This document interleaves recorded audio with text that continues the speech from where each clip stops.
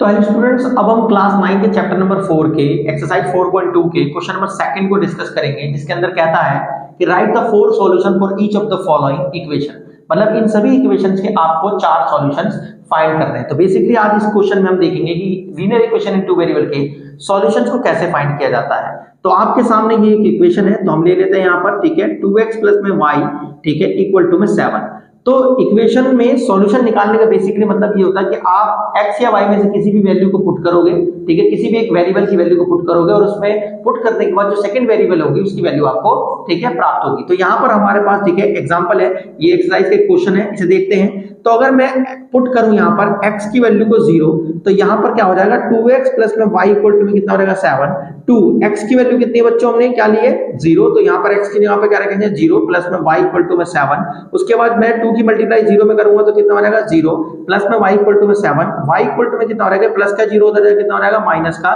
तो यहाँ पर कितना, 7 में से हम 0 माइनस करेंगे तो कितना आएगा 7। तो इस तरीके से हम यहाँ पर एक बॉक्स बना लेंगे, ठीक है। ये बॉक्स जो होगा हमारे पास, ठीक है, इसके अंदर हम क्या करेंगे, सॉल्यूशंस को पुट करेंगे। तो हमने जब x की वैल्यू 0 ली तो y की वैल्यू हमारे पास क्या मिली, 7 मिली। तो ये हो गया हमारे पास एक सॉल्यूशन।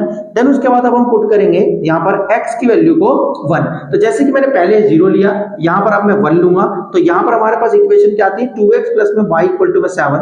तो x की जगह पर क्या आएगा, आपकी बार 1 आएगा, ठीक है, प्लस में y इक्वल टू में 0। तो ये हो जाएगा 2 1 जा 2 प्लस में y इक्वल टू में, ठीक है, आगे सॉल्व में, ठीक है, 7। उसके बाद हमारे पास क्या हो जाएगा, ये प्लस का 2 है, उधर जाएगा, कितना हो जाएगा माइनस का। तो 7 में से 2 गया तो कितना बचा हमारे पास यहाँ पे 5।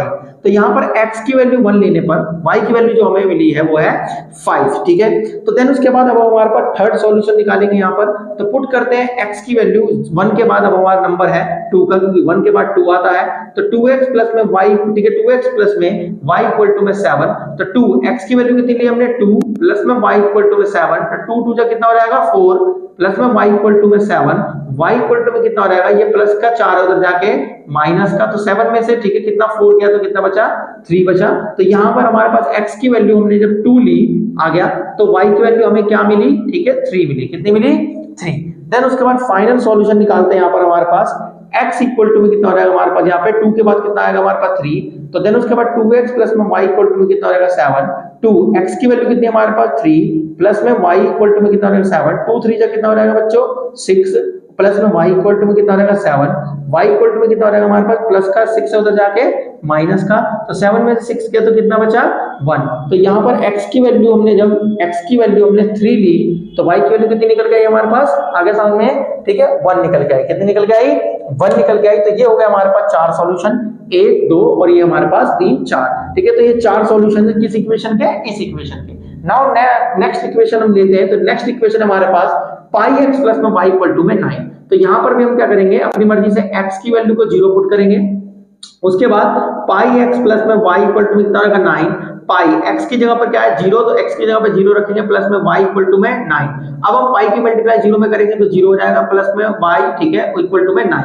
ये हमारे पास प्लस का, ठीक है, 0 उधर जाके माइनस का। तो y इक्वल टू में 9 में से 0 कितना कितना बचा 9 बचेगा, ठीक है। तो यहाँ पर भी हम क्या करेंगे, एक बॉक्स बनाएंगे और उस बॉक्स के अंदर, ठीक है, चार पार्ट्स बना लेंगे। तो यहाँ पर हमारा x की वैल्यू 0 लेने पर y की वैल्यू कितनी निकल के आई, 9 निकल के आई। इसी प्रकार से हम x की वैल्यू आपकी बार कितनी पुट करेंगे, यहाँ पर x की वैल्यू हम पुट करेंगे 1। तो यहाँ पर हमारे पास इक्वेशन थी पाई x प्लस में y बराबर में 9।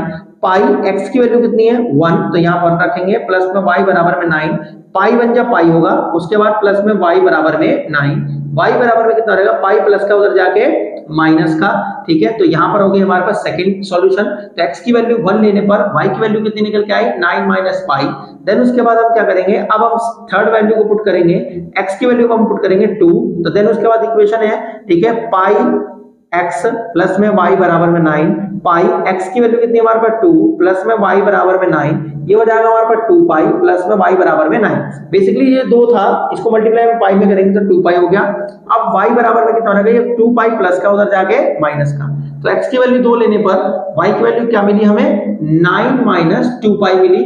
अब हम लास्ट सॉल्यूशन निकालते हैं यहाँ पर, ठीक है। तो अब हम यहाँ पर x की वैल्यू क्या पुट करेंगे, जैसे कि हमने यहाँ पर 2 पुट करा था तो अब की बार 3 पुट करेंगे। तो इक्वेशन है हमारे पास, ठीक है, पाई x प्लस में y, ठीक है, बराबर में 9। उसके बाद पाई x की वैल्यू कितनी है 3 प्लस में y बराबर में 9। ये हो जाएगा हमारे पास 3 पाई प्लस में y बराबर में 9। ये y इक्वल टू कितना आ जाएगा, प्लस का उधर जाके माइनस का। तो इस तरीके से हमारी फाइनल वैल्यू जो है वो निकली।